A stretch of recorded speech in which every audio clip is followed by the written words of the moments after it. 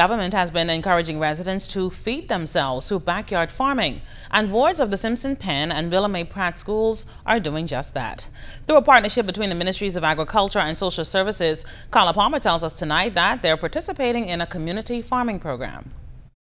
The initiative, mounted by the Ministry of Agriculture and Marine Resources at the Simpson Pen Center for Boys and the Willa May Pratt School for Girls, is already reaping harvest.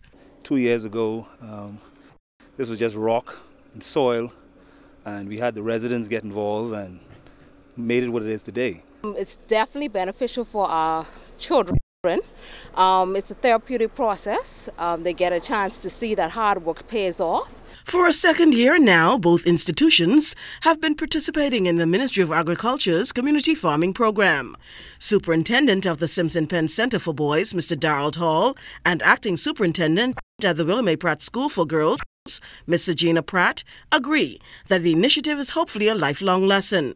The boys, like I say, played a very big role in developing the garden, but they also learned a lot in regards to planting seeds, watching it grow, transplanting. Now we even have eggs here with chickens. We have about 17 chickens, produce about 95 eggs in 3 weeks. They get to understand the importance of growing their own vegetables and not just purchasing vegetables from the store.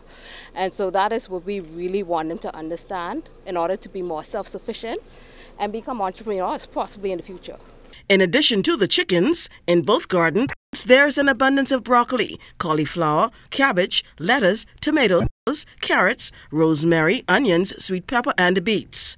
All of those vegetables and much more afford resident chef at Simpson Pen, Dennis Dean, to be creative with his meals. I think we cook in the kitchen and they give the residents a chance to eat some things that they probably never eat before, like the broccoli, the cauliflower, and they even cut back on our food costs.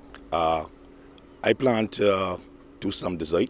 I was online checking out the recipe, and I plan to use the beets to make a beet cake, almost like a carrot cake. Minister of Social Services and Community Development, the Honorable Melanie Griffin, views the garden as a labor of love with far-reaching social and educational implications. To me, it speaks to discipline, because for them to want to get up every morning to come and take care of these plants, to nurture them, it nurtures to me their inner man in terms of causing them to be able to understand that in order for these plants to grow and to develop, they have to really care for them. And so I think that brings another aspect to their own character. Agriculture and Marine Minister, the Honorable V. Alfred Gray, confirms the initial startup of the program was costly. However, he says the ultimate benefits are worth it. We have a budget at the ministry that was used to purchase whatever is here.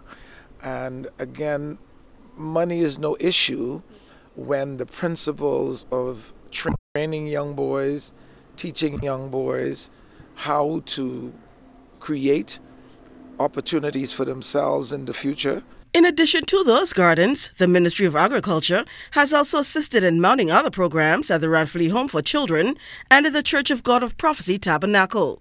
Carla Palmer, ZNS Network News.